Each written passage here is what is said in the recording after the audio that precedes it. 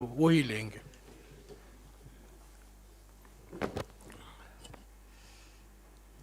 साथियों, हिंदी अंग्रेजी में बात करेंगे, फिर प्रश्नोत्तर करेंगे। उसके बाद मैं आपके समक्ष विनम्रता से कहना चाहता हूं कि कांग्रेस पार्टी की, राहुल गांधी की नीति हमेशा बड़ी स्पष्ट रही है। खुले रूप से आप जितना भी कोशिश कर लो, डराने की, धमकाने की, आवाज़ को रोकने की, झूठे केसेस फाइल करने की, उससे आवाज़ दबने वाली नहीं है। सामाजिक, आर्थिक, राजनीतिक जो जलते हुए मुद्दे हैं इस देश के, उनके विषय में श्री राहुल गांधी बोलते रहेंगे, आवाज़ उठाते रहेंगे। मैं जानता हूं कि ये निर्णय आया है एक 2009 की बेरोज़गारी, कीमतों की बढ़ोतरी के दौरान कहे हुए कुछ शब्दों की स्पीच दौरान। आज 2019 कोलार में, 2019 कोलार में। अब इस निर्णय के बारे में मैं आपको 3-4 चीज़ें बताना चाहता हूँ। मैं कहने से पहले ये आपको बता दूं कि ये करीब 170 पन्ने का है, गुजराती में है। मैं गलती नहीं करना चाहता स्पष्टता और एक्यूरेसी के विषय में। पूरी तरह से हमारे पास अभी अनुवाद भी नहीं है, लेकिन मोटा मोटा बता रहा हूँ मैं आपको, और अगर उसमें कुछ संशोधन होगा तो आपको कल परसों और बात करेंगे। नंबर 1, मानहानि के विषय में एक सिद्धांत कानून का मूल सिद्धांत है, और वो ये है कि आपको किसी स्पष्ट व्यक्ति या स्पष्ट चीज़ के विषय में मानहानि करनी चाहिए, आरोपित रूप से कम से कम। आप मानहानि एक मोटे मोटे बड़े बड़े मुद्दे के विषय में नहीं कर सकते। एक ऐसे विषय के बारे में जिसमें स्पष्टता नहीं है, एक व्यक्ति विशेष के विरुद्ध आक्षेप नहीं है, और अगर वो आरोप वेग हैं, ज़्यादा ब्रॉड हैं, बहुत बड़े एक हिस्से को, जनसंख्या को लेते हैं अपने आरोपों में, तो उसको मानहानि नहीं कह सकते। नंबर 2, उससे भी ज़्यादा महत्वपूर्ण, जिस वाक्य के विषय में चुनौती दी गई है कानून द्वारा, उस वाक्य में के विषय में किसी भी उन व्यक्तियों ने कोई भी कंप्लेंट फाइल नहीं की है जिनके संबंध में वो वाक्य कहा गया है।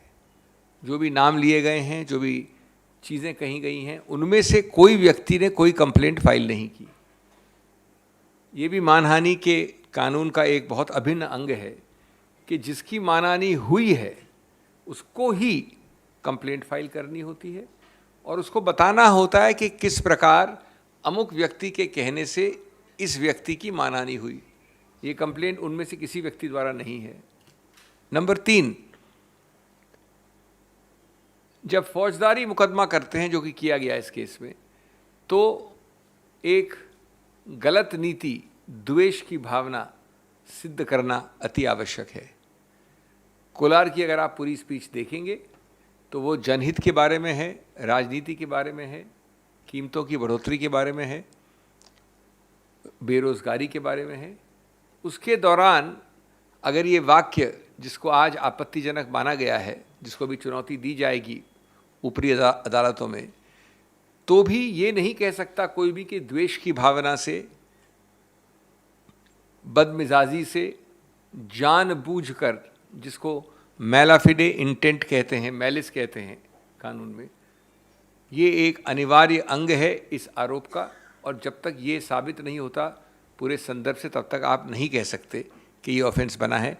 ये पूरी तरह से इस केस में साबित नहीं हो सकता है, क्योंकि वाक्य, संदर्भ एकदम अलग था। चौथा, और ये चीज़ें अभी जैसा मैंने कहा इसके डिटेल्स चेक करने हैं, लेकिन जो अभी उनको अभी तक तथ्य मिले हैं उसके अनुसार ये मामला काफ़ी अरसे तक एक मैजिस्ट्रेट मिस्टर एक्स के सामने था। जब वो वहाँ था तो याचक ने, कंप्लेनेंट ने बड़े कोर्ट में, हाई कोर्ट में जाकर इस पूरे प्रक्रिया का स्टे ले लिया, रुकवा दिया उसको। काफ़ी अरसे तक, कई महीनों तक। जब उस व्यक्ति का स्थानांतरण हुआ या वो उस ओहदे से हट गए, तो ये याचिका जो ऊपरी अदालत में डाली गई थी उसको विड्रॉ कर लिया गया और ये वापस नीचे आ गई एक भिन्न मैजिस्ट्रेट के सामने, जहां अभी आपको निर्णय अब आया है। तो इसकी तारीखें, इस प्रक्रिया को भी हम गौर से देखेंगे कि एक ठीक प्रकार से ये न्यायिक प्रक्रिया हुई है कि नहीं। लेकिन प्राथमिक दृष्टि से ये चौथा मुद्दा भी अत्यंत महत्वपूर्ण है। पांचवा, एक प्रावधान है कानून में, उसको 202 कहते हैं। 202 विशेष रूप से बनाया गया उनके लिए कि अगर वारदात हुई कोलार में और आपने जाके त्रिवेंद्रम में कंप्लेंट फाइल कर दी, वारदात हुई कोलार में और आपने जाके श्रीनगर में कंप्लेंट फाइल कर दी, तो कोई भी मैजिस्ट्रेट उसकी शुरुआत करने से भी पहले, निर्णय तो बहुत बात की बात है, शुरुआत करने से भी पहले एक जांच करेगा कि ये पूरी तरह से आउट ऑफ जुरिस्डिक्शन है या जुरिस्डिक्शन के अंदर यानी अधिकार क्षेत्र के अंदर है कि नहीं है। 202 का इसमें सीधा उल्लंघन हुआ है। सूरत के मैजिस्ट्रेट ने जिस आसानी से इस मामले में आगे बढ़ोतरी की है और फिर निर्णय दिया है कोलार वाले वक्तव्य के विषय में, वो अत्यंत आपत्तिजनक है कानूनी रूप से और क्वेश्चनेबल है, जो कि और हम इसका विश्लेषण करेंगे।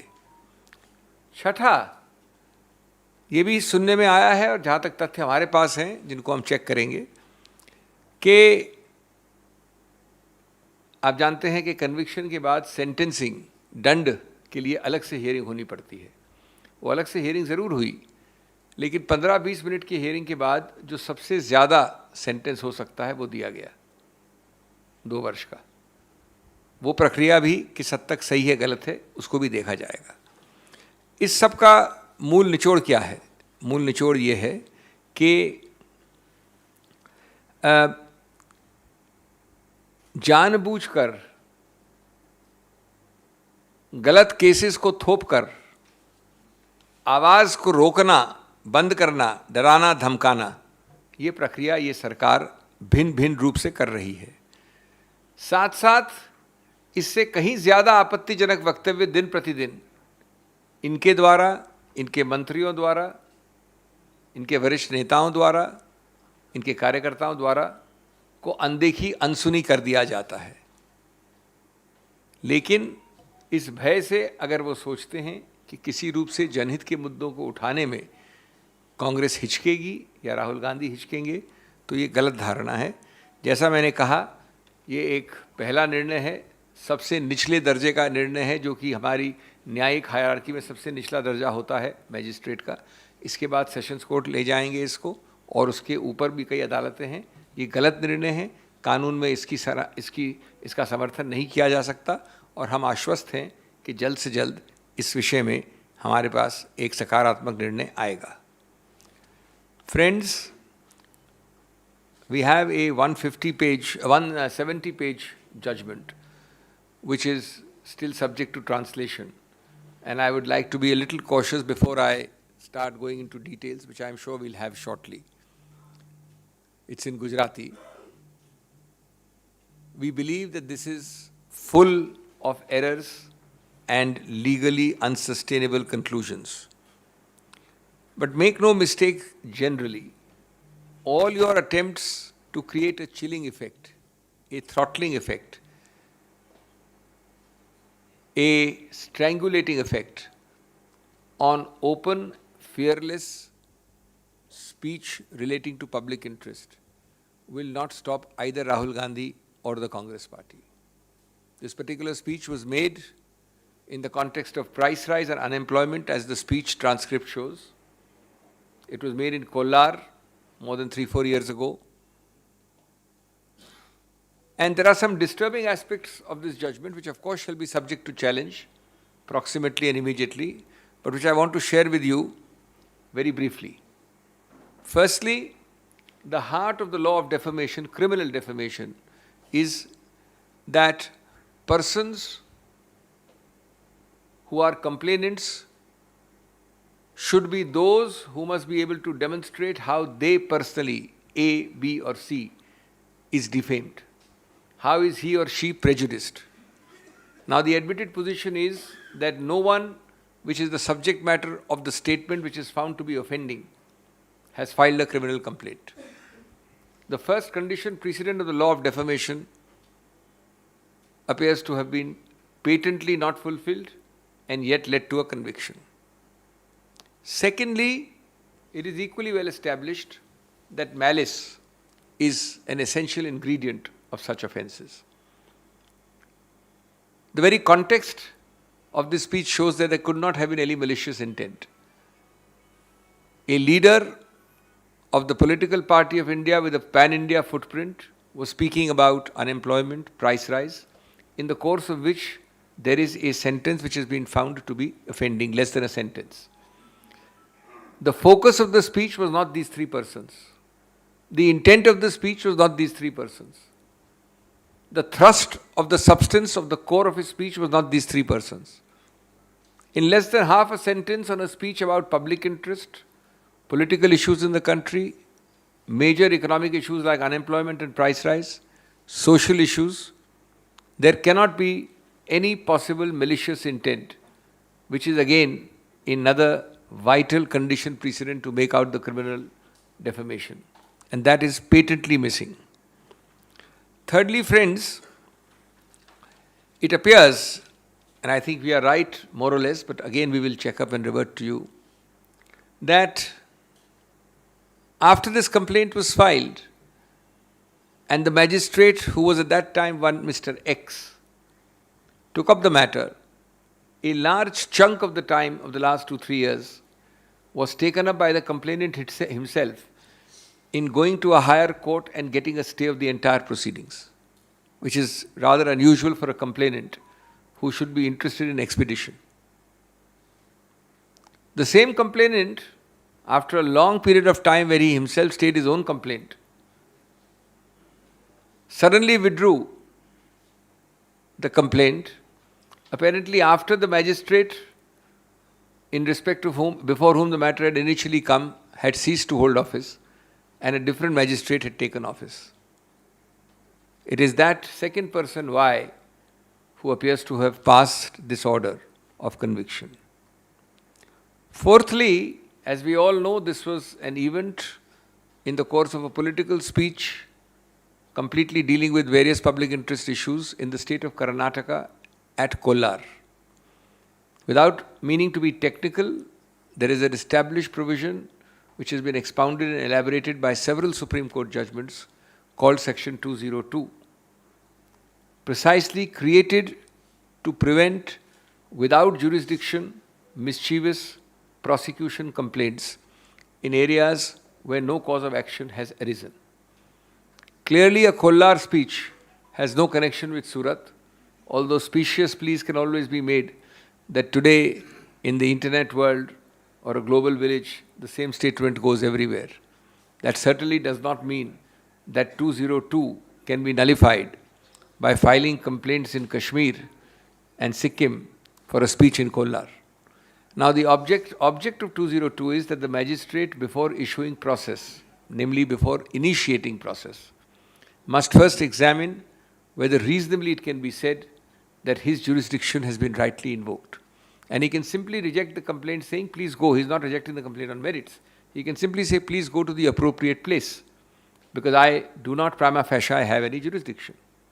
The point of 202 was specifically taken.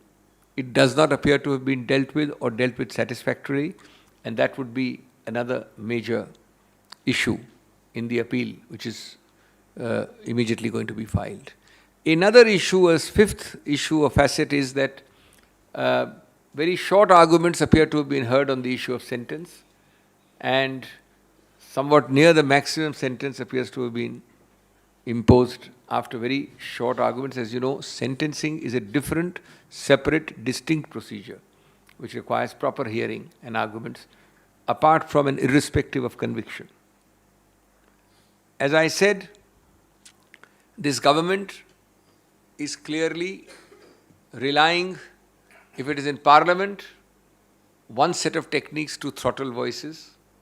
If it is outside Parliament, a second set of tactics which in recent times has had an effect inside Parliament. So you say something outside Parliament and we won't allow Parliament to run.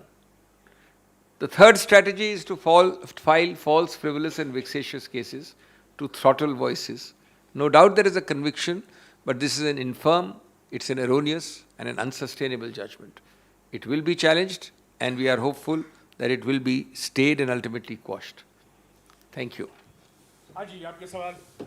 हाँ जी। Sir, क्योंकि अब 2 साल क्या conviction हुआ है तो चर्चा इस बात को होने लगी है और काफ़ी ज़्यादा राइट विंगर जो है जगह जगह पेंडिंग कर रहे हैं कि अब्दुल्ला आजम खान के मामले में जिस तरीके से तुरंत कार्रवाई हुई सदस्यता को लेकर, क्या वैसा होगा? हालांकि 2017 के ही एक एफिडेविट में सरकार ने कहा था कि लॉ मेकर्स को समय दिया जाना चाहिए कि वो अपने कन्विक्शन को चेंज। मुझे कोई संदेह नहीं है कि जहाँ राहुल गांधी का नाम आएगा यहाँ की सत्तारूढ़ सरकार वो सब कुछ करेगी जो अनैतिक है, बिना सिद्धांत के है और उस बात के भी विपरीत है जो उनका खुद का लिखित स्टैंड रहा है।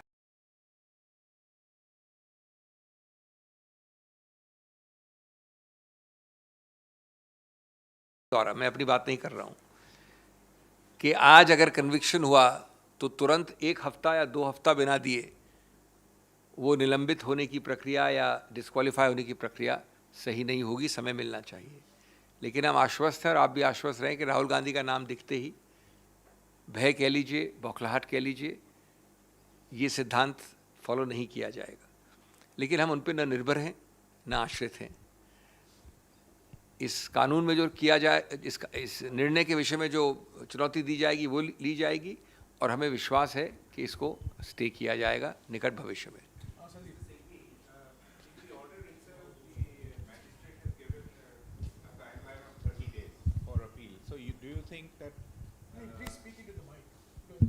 Do you think, or rather I'm asking you, that is the speaker or the chair of Lok Sabha, of which Mr. Gandhi is a member, is he empowered to sort of short circuit this timeline? No, let me correct you. 30 days of suspension of sentence does not have anything to do with the disqualification issue in law.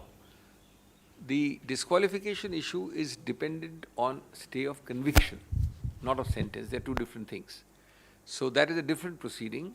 But yes, any reasonable system, any reasonable, fair, non-oppressive, non-biased system would give sufficient time to a person to take some legal steps to stay the conviction.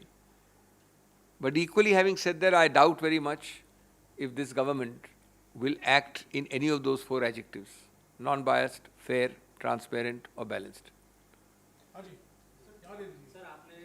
एक minute mike में शिकायतें आती हैं कि सिर्फ जो जवाब है वो सुनाई देता है, सवाल सुनाई नहीं दे रहे, इसीलिए हम आप सभी को माइक दे रहे हैं। सर, आपने जिक्र किया अपने पॉइंट में कि जज पहले दूसरे थे, बाद में हाई कोर्ट में स्टे हुआ था, दूसरे जज आया और सजा का ऐलान किया। कोई नहीं आवाज आ रही। खड़के साहब ने भी इस बात का जिक्र किया, उस पर बीजेपी कह रही है कि कांग्रेस चाहती है कि न्यायपालिका को जेल में रख ले और वो सम्मान नहीं कर रही है न्यायपालिका। ये आपका आखिरी वाक्य सुन के तो मुझे लगता है कि उल्टा चोर कोतवाल को डांटे। ये आपका आखिरी वाक्य आप वापस दोहराइए। पूरा देश जानता है कौन ये कर रहा है जो आपने वाक्य में बोला है अभी। और हमने तो एक तथ्य दिया है। आप एक कंप्लेंट फाइल करते हैं, आप खुद अपनी कंप्लेंट को जाके रुकवा देते हैं और अचानक उस रुकवाने वाली प्रक्रिया को विड्रॉ करके वापस कंप्लेंट को शुरू कर देते हैं। इसमें क्या है? ये तो तथ्य हुए ना। और जहाँ तक आपके वाक्य का सवाल है, ऐसे हमारे पास कई उदाहरण हैं जो आप कह रहे हैं वो ये सत्तारूढ़ सरकार करती है।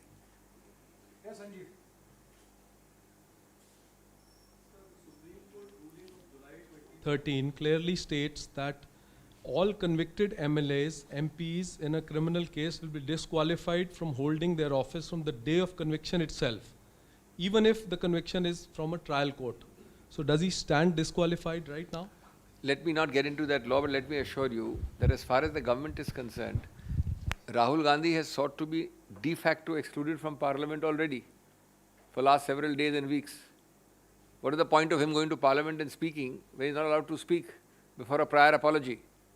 And what is the point of supposedly talking of parliament when the government of the day itself is disrupting? So de facto there is no difference between him not speaking in Parliament and not formally entering Parliament. However, these are legal issues. The judgment has come today. Obviously, some time has to be given to a person to challenge it, and we are confident that it will be stayed. The conviction will be stayed. हाँ, Ravi. Sir मेरा सवाल ये है कि फैसला court का है और फिर आप कोर्ट में ही चुनौती देने जा रहे हैं इस मामले को, लेकिन कोर्ट पर जब आपको भरोसा ही नहीं है तो फिर चुनौती क्यों देने जाएंगे आप? हमने कोर्ट में भरोसा की बात ही नहीं की। न्याय व्यवस्था में पूरा भरोसा है, न्यायपालिका में पूरा भरोसा है। एक इंडिविजुअल स्पष्ट निर्णय में हम गलत मान सकते हैं, इसमें कोई विरोधाभास का सवाल नहीं उठता कि एक निर्णय जो है वो गलत है और साथ साथ न्यायपालिका में अपने ही न्यायपालिका वाले ढांचे में वो सब विधि विधान हैं जिसके द्वारा एक गलत निर्णय को सही किया जा सकता है। Inbuilt corrective system exist in the judicial system, and certainly we are entitled to invoke our appellate rights, and certainly we are entitled to say, look, this judgment is wrong and this judgment will be corrected. Do you know that the same High Court, in almost 75% High Courts, has a procedure whereby the same judges who sit at lunch together, which the Chief Justice also spoke at a recent conclave, which we know for decades. So he sits as a learned single judge and his colleague judges sit as a division bench and reverse him. This happens all the time. हाँ, Siddharth. Sir आप इसका नहीं, आप YouTube के लिए आप सुनाई दे रहे हैं। सर ये अभिषेक सर ने तो बताया कि आपके पास रेमेडी लीगल क्या है, पॉलिटिकल रेमेडी कांग्रेस किस तरीके से लेगी, क्योंकि इस जजमेंट के आने के बाद में, इस सज़ा के होने के बाद में बीजेपी प्रेस कॉन्फ्रेंस करती है। अभी एक साथी ने सवाल पूछा, वो भी पीयूष गोयल जो सदन के नेता है वो ये कहते हैं कि लगातार जब जब राहुल गांधी बोलते हैं इसी तरीके से डिफेम करते हैं, उन्हें देश से माफ़ी मांगनी चाहिए। तो पूरा मोर्चा बीजेपी ने खोला हुआ है, हालांकि कुछ आपके एलायंस नए आपके साथ आके खड़े हुए हैं, लेकिन कांग्रेस इसको पॉलिटिकली कैसे लड़ेगी और अब जनता के बीच में जाके आप लोग कैसे इस बात को जो है स्पष्ट करेंगे? देखिए, पीयूष गोयल जी और बीजेपी चाहते हैं कि ये इन प्रकारेण ये सदन नहीं चले। कोई भी कारण मिले तो एक प्री कंडीशन पहले डाल दीजिए, जिसके बाद आप राहुल गांधी का जो अधिकार क्षेत्र है पार्लियामेंट में बोलने का, उसको अलाउ करेंगे। ये कभी आपने सुना है ऐसी बात? ये वाहियात बात नहीं है कि जब तक आप एक्स नहीं करेंगे तब तक हम आपको पार्लियामेंट में नहीं बोलने देंगे। तो ये सब अपने आप ही में ये राजनीतिक जवाब है। हम झुकेंगे नहीं, हम डरेंगे नहीं, हम बोलते रहेंगे, राजनीतिक जवाब है आपके समक्ष, और साथ साथ अपने कानूनी रेमेडीज़ लेंगे। मैं समझता हूँ पूरा देश देख रहा है कि अब वो एक और अपॉलॉजी चाहते हैं और उस अपॉलॉजी के पहले आप संसद में बोल नहीं सकते, तो आप अपॉलॉजी मांगते रहिए।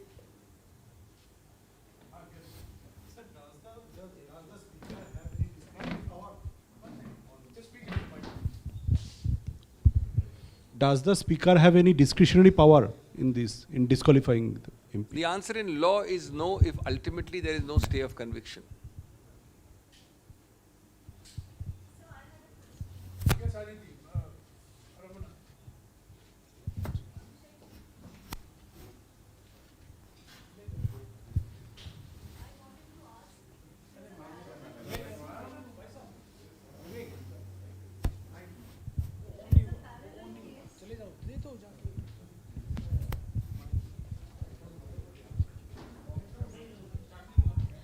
Abhishek ji, there's a parallel case on the same issue in the Patna, one of the Patna courts, where the complainant is BJP MP Mr. Sushil Modi. He has made a statement to that effect. I just want to understand from you, will that be a parallel judgment, or both the cases can be combined, or will Mr. Gandhi, just in case there is another order against him, have to stand trial separately there for the same issue? No. We are talking of a judgment which has come today. Any other case has no relevance till a judgment comes. I have no idea of what stage the proceedings are. Today a judgment in a specific case has come. It is nothing extraordinary. Let me tell you, there is in fact a much more serious case allegedly arising from Lakshadweep, where I have had occasion to appear in the Supreme Court. There has been a stay. The stay by the High Court of Kerala was given in a far, far more serious case, in an alleged murder charge. So convictions and stays are not an unusual thing, but we need some time for it. That's about it. Here you have a disqualification allegedly arising out of a murder charge. In that case which I am talking about. Yes, sir. One second, please. कौन? Doctor Singhvi, आपने बोला कि you expect कि reasonable time दिया जाएगा यहाँ पर। No, I don't expect, जहाँ तक सरकार का सवाल है, मैंने कहा I don't expect. Lok Sabha speaker की तरफ से आई डोंट एक्सपेक्ट। चलिए ठीक है, फिर तो मेरा क्वेश्चन और लाजमी है। अगर बिना वक्त दिए उनकी सदस्यता रद्द कर दी जाती है तो इसको आप कैसे हैंडल करेंगे? क्या इसका रिकॉर्ड? इसका तो कोई तरीका नहीं है ना। आज निर्णय आया है, उसकी कानूनी प्रक्रिया होनी पड़ती है। निर्णय उठा के पढ़ भी नहीं पाए हैं, ये देख भी नहीं पाया हूँ मैं। उसके बाद एक याचिका बनेगी, अनुवाद होगा, फिर वो फाइल होगा। कोई तरीका नहीं ना इसका। अब ऐसा तो हो नहीं रहा है कि राहुल गांधी जी को हर दिन निमंत्रित किया जा रहा है पार्लियामेंट में बोलने के लिए। तो अगर इतना विलंब हुआ है जहाँ वो बोल नहीं पाए हैं तो 2 दिन और सही, प्रक्रिया तो पूरी होनी पड़ेगी। आपने ये निर्णय कर लिया है कि पार्लियामेंट का सत्र नहीं चलेगा। आपने हर प्रकार के बहाने बनाए इस विषय में, 2 दिन और नहीं चले।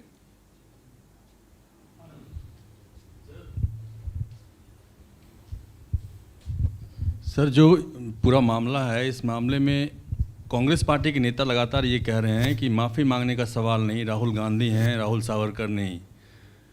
तो इस मामले में अगर कोर्ट में इसी बात पे कहा जाए कि माफ़ी मांगने के बाद ये मामला ख़त्म हो जाता है, तो कांग्रेस पार्टी क्या ये सोचती है कि माफ़ी बिल्कुल नहीं मांगा जाएगा? पहली बात तो कोई ऐसा हाइपोथेटिकल क्वेश्चन को हम जवाब देने की आवश्यकता नहीं समझते। कोर्ट हमसे बार्गेन नहीं करती है, ना हम कोर्ट से बार्गेन करते हैं। कानूनी जो क्रिमिनल कंप्लेंट है उसमें कोई ऐसी बार्गेनिंग संभव नहीं है। दूसरा, ये तो आपके इशू का नैरो आंसर हुआ। दूसरा, राहुल गांधी बड़े स्पष्ट हैं कि जहाँ उनको नहीं ऐसी कोई माफ़ी मांगनी है, जहाँ संदर्भ अलग है, जहाँ उनको लड़ना है, जहाँ उनके कानून के अधिकार क्षेत्र हैं, जहाँ चुनौती दे सकते हैं, वहाँ वो करेंगे। कानूनी प्रक्रिया है।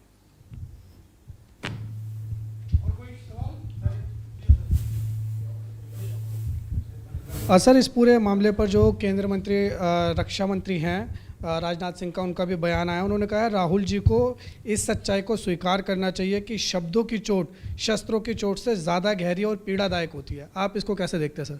जयराम सर, आप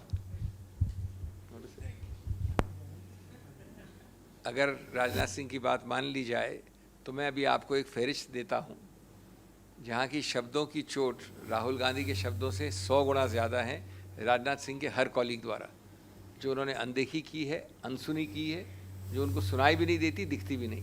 आप भी उस फहरिस्त को जानते हैं, लिस्ट को जानते हैं। तो ये जो एक तरफा कमेंट है वो गलत है।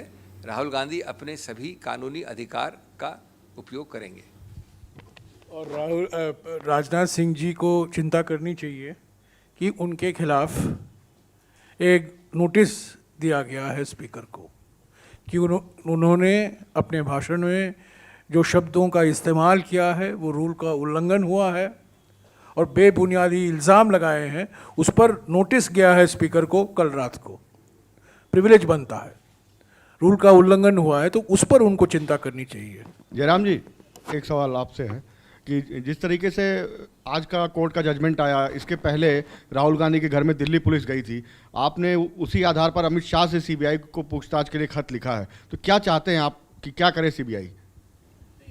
अभिषेक सिंघवी जी ने पहले ही कहा है कि ये एक और मिसाल है धमकी की राजनीति, प्रतिशोध की राजनीति, उत्पीड़न की राजनीति। ये एक और मिसाल है। दिल्ली पुलिस का घर में जाना, ये शर्त रखना कि पार्लियामेंट नहीं चलेगा जब तक राहुल जी माफ़ी मांगेंगे, तो ये सब एक रणनीति के आधार पर ये चल रहे हैं।